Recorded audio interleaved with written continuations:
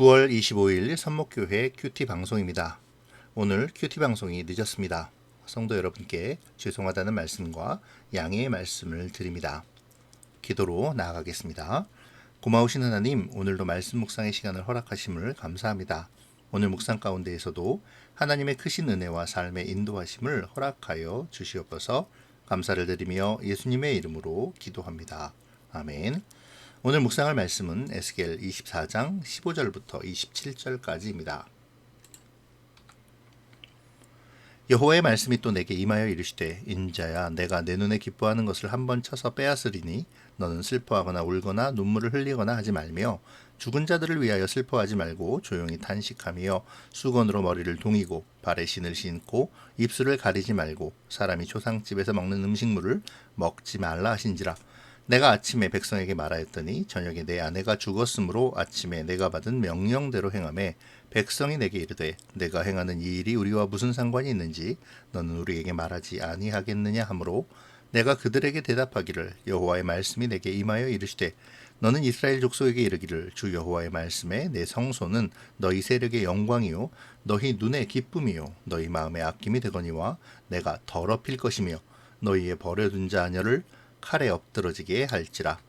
너희가 에스겔이 행한 바와 같이 행하여 입술을 가리지 아니하며 사람의 음식물을 먹지 아니하며 수건으로 머리를 동인 채 발에 신을 신은 채로 두고 슬퍼하지도 아니하며 울지도 아니하되 죄악 중에 패망하여 피차 바라보고 탄식하리라.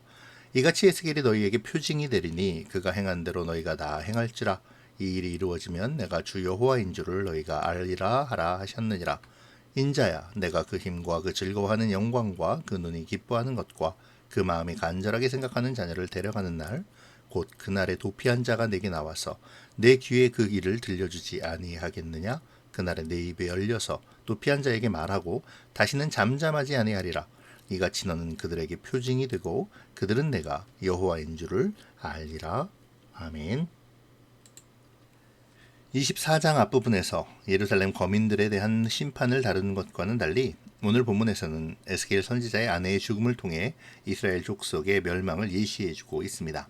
16절을 보면 하나님께서 내 눈에 기뻐하시는 것을 한번 쳐서 빼앗으실 것이라고 에스겔의 아내를 죽게 하실 것임을 말씀하시죠. 여기서 한번 치다의 히브리어 마게파라는 단어는 연병 혹은 재앙 등으로 치다라는 의미로 아마도 아내는 갑작스러운 재앙으로 인해 죽게 되었을 것입니다. 이러한 아내의 죽음에 대하여 하나님께서는 슬퍼하거나 울거나 눈물을 흘리거나 하지 말 것을 말씀하시는데요. 이것은 제사장들에게 주어진 율법과는 다른 것이었습니다. 구약 율법에서 제사장은 가까운 친족들, 즉 부모나 자녀, 형제, 자매 등이 죽었을 때 이들을 위해 애곡하고 슬퍼할 수 있었는데요. 하나님께서는 에스겔의 아내가 죽었음에도 슬퍼하거나 눈물을 흘리지 말라고 명하고 계시는 것이죠. 사실 이것은 대제사장에 관한 율법이기도 합니다. 레위기 21장 10절과 11절에 보면 대제사장은 부모나 어떤 친족의 죽음에도 가까이 하거나 애곡하지 못하도록 되어 있었죠. 그렇게 해야 하는 이유는 그가 하나님의 중보자로서 막중하고도 엄숙한 사명을 받았기 때문입니다. 그런데 에스겔이 대제사장처럼 그의 아내의 죽음을 애도하지 못하도록 명령받은 것이죠. 이것은 에스겔의 슬픔이 장차 이스라엘 족속이 보편적으로 당할 슬픔, 곧 바벨론에 의해 멸망당할 것을 예시해 주는 것이라고 할 수 있습니다. 17절은 그에 대한 부연 설명으로 볼 수 있는데요. 감정을 자제하여 조용히 탄식하며 또한 구약시대의 유대인들의 전통적인 애도 형식이었던 수건으로 머리를 동이고 발에 신을 신고 입술을 가리는 것을 하지 말라고 하나님께서 하심으로 그의 슬픔을 자제할 것을 명하신 것이죠. 최소한의 애도 행위도 허락하지 않으신 것입니다. 심히 매정한 일을 강요하신 것이죠. 하지만 하나님께서 이렇게 하시는 이유는 당신의 기뻐하시는 성 예루살렘의 멸망을 알리기 위하여서였습니다. 예루살렘의 멸망 후에 슬퍼할 여유도 없고 사람도 없을 만큼 철저한 파괴가 있을 것임을 보여주시기 위함이었죠.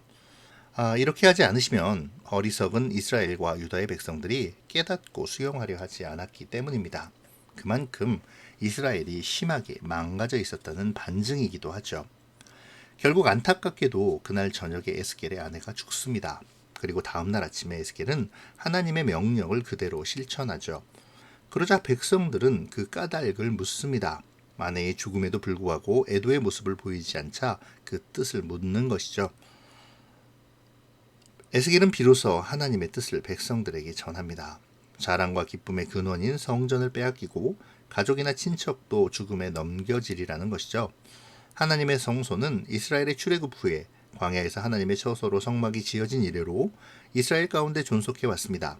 따라서 이 성소는 이스라엘 백성들을 돌보시고 축복해 주시는 하나님께서 당신의 영광 가운데서 임재하신 곳이라는 점에서 이스라엘 백성들에게 귀하고 복된 의지처가 되는 곳이었죠.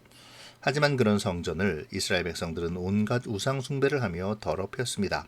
그렇기에 하나님께서는 이미 더럽혀진 성소를 떠나심으로 성전을 버려 그곳에서 바벨론의 군대들로 하여금 이스라엘 족속을 사륙하게 하시고 자녀들까지도 칼에 엎드러지게 하겠다고 선언하시는 것이죠.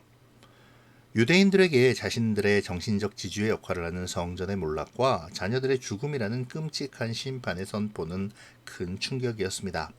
더구나 하나님께서는 유대인들이 에스겔과 같이 입술을 가리지 않고 사람의 음식물도 먹지 못하고 수건으로 머리를 동이고 발에 신을 신은 채로 슬퍼하지도 못하고 탄식만 하게 될 것이라고 말씀하시죠. 여기에는 차이가 있습니다. 에스겔이 아내의 죽음을 두고 슬픔을 표현하지 못한 것이 그의 대제사장적인 사명으로 이스라엘에게 심판의 경고를 하기 위함이었다면, 유대인들이 받을 고통과 그로 말미암은 슬픔을 표현하지도 못하는 것은 그들에게 임한 심판에 대한 충격이 너무나도 컸기에 절망 속에 빠지게 될 것을 효과적으로 경고하는 표현인 것이죠. 그들은 그들의 죄악 중에 심판받음으로 극도로 기진하게 될 것입니다. 결국 에스겔의 이 일, 곧 아내가 갑자기 죽게 됨은 이스라엘에 대한 표징이었죠.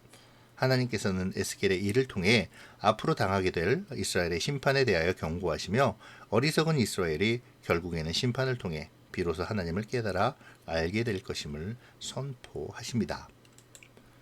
하나님의 백성이었던 이스라엘이 하나님의 말씀대로 살지 않으며 하나님을 믿는다는 허울로 오히려 자신들의 욕심을 취하고 하나님을 이용하였습니다. 그러면서 자신들의 정체성을 잃어갔죠. 세상을 의지하고 세상의 물질과 문화를 좇아 하나님을 외면하였습니다. 그리고는 위기에 닥치자 하나님께로 돌이키지는 않으면서 하나님의 선민이라는 자격만을 믿고 자신들은 괜찮을 것이라고 착각했죠. 헛된 믿음으로 멸망을 자초한 것입니다. 이러한 유대인들의 모습은 오늘날을 살아가는 우리에게 큰 교훈이 되어집니다. 결국 남유다는 바벨론에게 완전히 멸망당할 것입니다. 25절은 예루살렘의 멸망의 날을 예언하고 있는데요. 그 힘과 즐거워하는 영광과 기뻐하는 것과 마음에 간절히 생각하는 자녀를 데려가는 날로 표현된 이 예언의 말씀은 곧 그들이 의지하는 성전과 그들이 추구하는 세속적인 욕망과 자녀들까지도 모두 하나님께서 심판하셔서 멸하시는 날로 주전 586년 예루살렘이 멸망하여 남유다의 역사가 막을 내리는 것을 의미하는 것입니다. 남유다의 멸망의 소식은 멸망을 피해 도망한 자이거나 혹은 포로로 잡혀 에스겔이 있는 곳, 곧 2차 포로로 끌려온 유대인들에게로 온 자들에 의해 전해질 것입니다. 그리고 그때에 에스겔의 말 못하는 사람과 같은 생활도 끝이 나겠죠. 그 일은 33장 21절에 가서 이루어집니다. 사실 오늘 본문의 마지막 구절은 3장과 연결된다고 보아야 하는데요. 3장에서 하나님은 에스겔에게 말을 하지 못하도록 명령하셨었죠.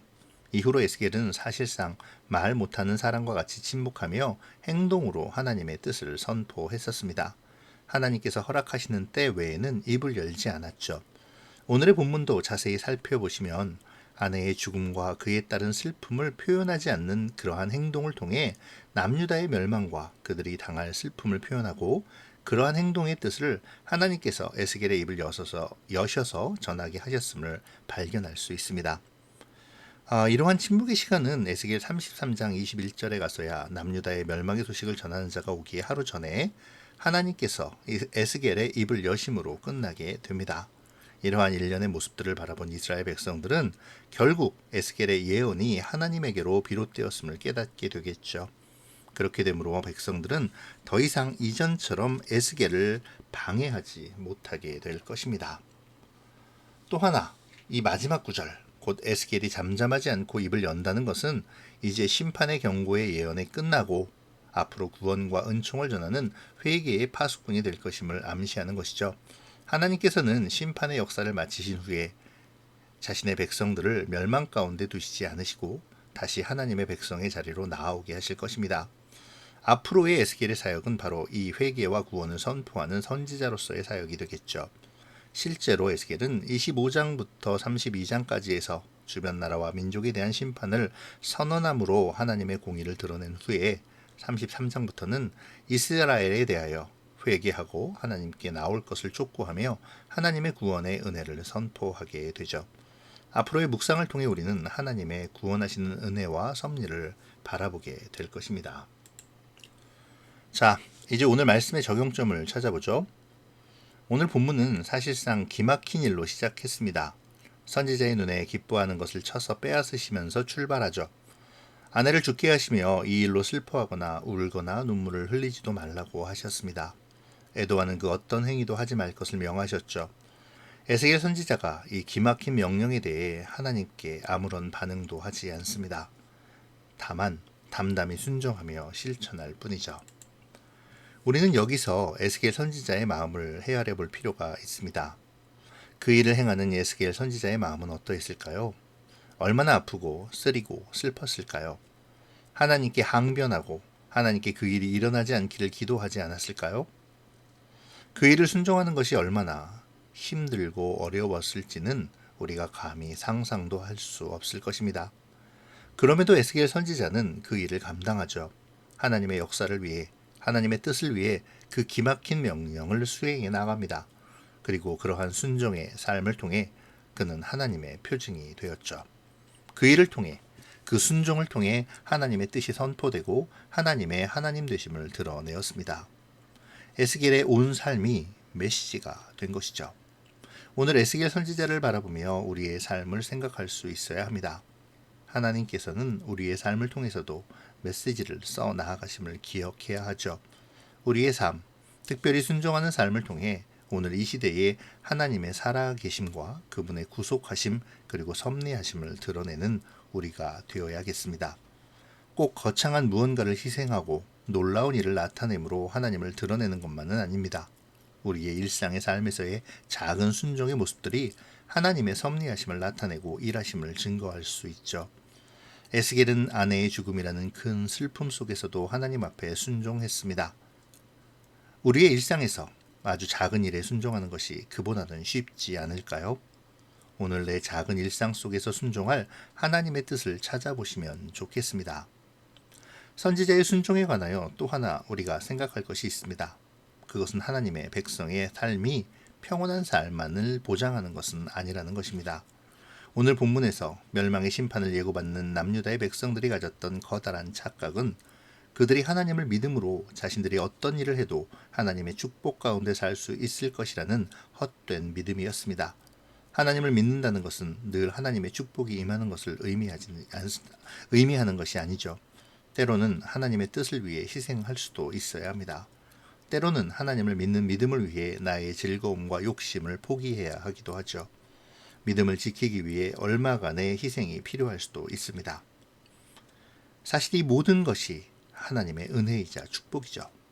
이 모든 것을 하나님의 섭리로 받아들이고 하나님의 뜻이 내 삶 속에서 이루어지기를 소망하며 순종하는 것이 바로 믿음입니다. 그리고 그 믿음이 나의 삶을 하나님과 동행하게 함을 궁극적인 기쁨과 행복을 얻게 하죠. 오늘 선지자의 순종의 모습을 바라보며 우리의 삶을 묵상해 보기를 바랍니다.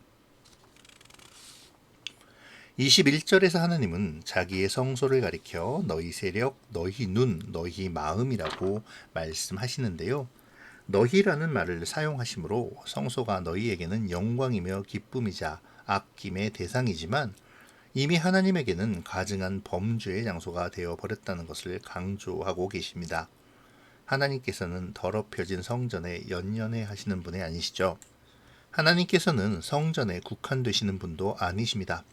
하나님이 계신 곳이 곧 성전이며 거룩한 곳이죠.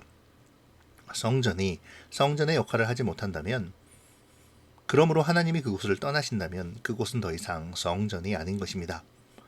남유다의 백성들은 그들이 성전을 하나님이 계신 곳이라 아끼면서도 그곳에서 하나님이 아닌 우상들을 섬기기를 서슴지 않았죠. 그러면서도 그곳은 하나님이 계신 곳이라고 추앙하며 신성시했습니다.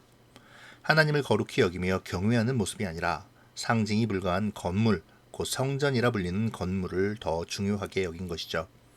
이에 하나님께서는 그들의 이 모순과 불신앙을 지적하신 것입니다. 결국 하나님께서는 성전을 버리시고 성전을 더럽히심으로 그들의 잘못된 신앙을 깨뜨려 버리셨습니다. 이는 교회도 마찬가지죠. 교회라고 예외가 될 수는 없습니다. 교회가 탐욕으로 어지럽혀지고 거짓된 믿음과 사람의 욕심으로 가득 차게 되면 언제든 하나님께서는 그 교회를 버리시고 더럽히실 것입니다. 사도 바울은 이 점을 로마서 11장 21절에서 원가지와 비유하여 원가지를 아끼지 않으신 것처럼 너희도 아끼지 않으실 것을 경고했죠. 우리는 생각하고 점검해 보아야 합니다.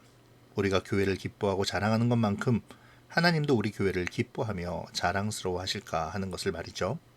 그리고 우리 교회가 하나님의 진정한 기뻐하심을 입는 교회가 되기 위해 무엇을 추구해야 하는 것을 고민해야 합니다. 코로나로 인한 위기의 시대에 우리가 교회 공동체의 지체로 예배에 힘쓰고 또 고난 가운데 교회의 역할을 어떻게 이뤄가야 할지에 대한 성찰을 이어가야 하죠. 뿐만 아니라 하나님이 거하시는 성전으로서의 각 개인의 삶도 함께 생각해 보아야 합니다. 각 개인의 삶이 하나님의 기뻐하심을 입는 삶이 되기를 소원해야 하겠습니다. 기도와 말씀으로 무장하며 삶 속에서 하나님의 뜻과 섭리를 일구어내야 하죠. 그런 작은 교회가 모여 우리 교회 공동체를 이루고 그 가운데 하나님의 영광과 하나님의 역사를 만들어가는 우리 선목교회의 공동체가 되어지기를 축복합니다. 기도로 마치겠습니다. 고마우신 하나님 감사합니다. 오늘 말씀을 통해 순종과 또 교회로서의 우리를 돌아봅니다.